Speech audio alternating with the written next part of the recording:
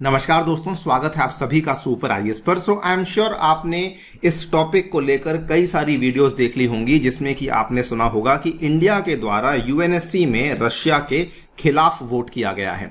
और I am sure आपने ये वाली न्यूज कटिंग्स भी यहाँ पे कई सारी देखी होंगी जो कि बताती हैं कि for the first time ever India votes against Russia over Ukraine eight UN. यहां पर भी आप देखिए एक और न्यूज़पेपर की न्यूज कटिंग है। मैंने जानबूझकर इन पब्लिकेशंस के नाम यहां पे छुपाए हैं केवल ये दिखाने के लिए कि इस तरह की न्यूज कटिंग्स आपको बहुत मिल जाएंगी। India votes against Russia for the first time in UNSC during procedural vote on Ukraine. लेकिन दोस्तों, अगर आप ये वाली न्यूज कटिंग्स को छोड़कर न्यू इंडियन एक्सप्रेस की इस पर्टिकुलर न्यूज कटिंग को देखेंगे देन यू विल अंडरस्टैंड कि असल में कहानी यहां पे कुछ और है। ये वाली न्यूज कटिंग इंडिया के रशिया के खिलाफ वोट करने को लेकर कोई बात नहीं करती। ये बात करती है कि India favours inviting Zelensky at UNSC for the virtual address. और दोस्तों, द हिंदू की जो कवरेज है वो सबसे ज्यादा सटीक है। वो यहां पे बताती है कि एमईए के द्वारा क्लैरिफिकेशन दे दी गई है कि India's vote to allow Zelensky speech was not against Russia. यानी कि अब तक जो आपने सुना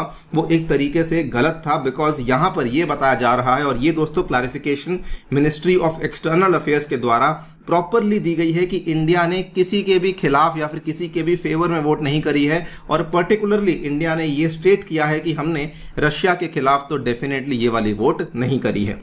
हम लोग यहाँ पे ब्रीफली समझेंगे कि कहानी असल में क्या है, एमईए के द्वारा जो क्लैरिफिकेशन दी गई है वो क्या है, और इंडिया का जो ऑफिशियल स्टैंड है उसको भी यहाँ पे जाना जाएगा। आइए शुरू करते हैं दोस्तों मेरे साथ। मेरा नाम है अनिरुद्ध। यदि आप लोग इस लेक्चर की पीडीएफ को डाउनलोड करना चाहते हैं तो यहाँ पर दिए गए टेलीग्राम चैनल के माध्यम से कर सकते हैं। All right, so India has categorically denied that it had voted against Russia. ऐसा कुछ भी नहीं हुआ है। यूएनएससी में इंडिया के द्वारा रशिया के खिलाफ दोस्तों वोट नहीं करी गई है कि whether to allow Ukrainian president Vladimir Zelensky to address the council virtually during a debate on the Ukrainian situation on August 24। Now कहानी क्या हुई थी उसको बड़ी सिंपल तरीके से समझ लेते हैं दोस्तों। यूएनएससी में रशिया के द्वारा एक वोट को रिक्वेस्ट किया गया था जिसमें कि वोट का मुद्दा क्या था। वोट का मुद्दा यह था कि रशिया ने कहा था कि यूक्रेन के जो प्रेसिडेंट हैं वो यूएनएससी के काउंसिल को वीडियो टेली कॉन्फ्रेंसिंग के द्वारा एड्रेस नहीं कर सकते हैं। रशिया की यह मांग थी कि या तो वो खुद न्यूयॉर्क पहुंचे, वहां जाकर के उस कॉन्फ्रेंस को एड्रेस करें, और या फिर जो यूक्रेन के एम्बेसडर हैं उनके बिहाफ पे वो इस डिबेट में हिस्सा ले सकते हैं, उनको हम लोग अलाउ कर सकते हैं। लेकिन वीडियो टेली कॉन्फ्रेंसिंग के माध्यम से हम लोग यूक्रेन के प्रेसिडेंट को अलाउ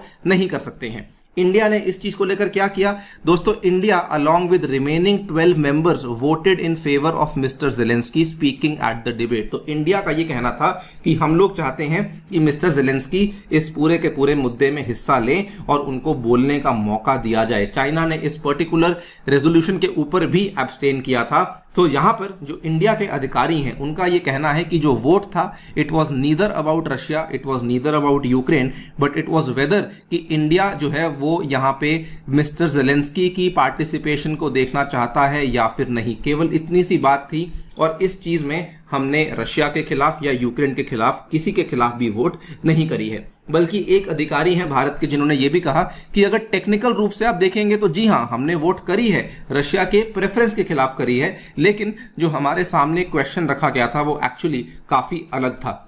और इस चीज को कंप्लीटली क्लैरिफाई करने के लिए एमईए के जो स्पोक्स पर्सन है अरिंदम बागची जी, उनके द्वारा बड़ी क्लियरली बताया गया।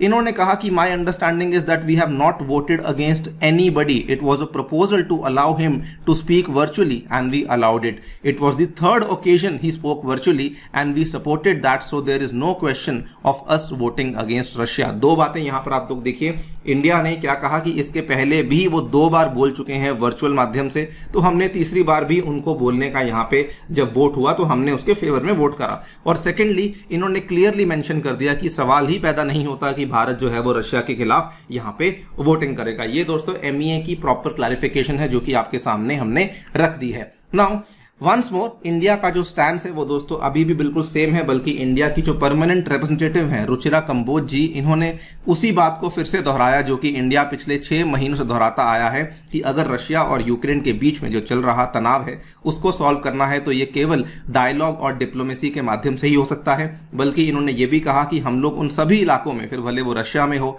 फिर भले वो यूक्रेन में हो, हम लोग वहां पे ह्यूमैनिटेरियन असिस्टेंस को भेजते रहेंगे और ऐसी सभी कंट्रीज को हेल्प करते रहेंगे जो कि ऐसी दुविधाओं से गुजर रहे हैं। और कई सारे अधिकारियों ने इस चीज के ऊपर भी जोर बनाया कि इंडिया का जो स्टैंड है वो इस इशू पे अभी भी बिल्कुल नहीं बदला है। सवाल यह आता है कि इस पूरी की पूरी चीज को मीडिया के द्वारा इतना कवर क्यों किया गया। असल में क्या था कि अभी तक जितने भी दोस्तों रेजोल्यूशंस, जितने भी वोट्स यूएनएससी में या फिर यूएन में जिनको पेश किया गया था, उन सभी वोट्स में इंडिया ने हमेशा ही एब्सटेन किया है। उन्होंने कभी भी रशिया के खिलाफ या फिर रशिया के फेवर में वोट नहीं किया था। और ये पहली बार हुआ था कि इंडिया ने एक्चुअली एक स्टैंड लिया था जिसके चलते इसकी इतनी ज्यादा वाइड कवरेज मीडिया के द्वारा करी गई। आप लोग यहां पे देख सकते होंगे कि जितने भी वोट्स यहां पर अभी तक हुई हैं, India has abstained and refused to support any statement which is critical of the Russian sanctions। आपके सामने मैं 2-3 उदाहरण दिखाता हूं। ये देखिए मार्च 3 की ये वाली खबर है,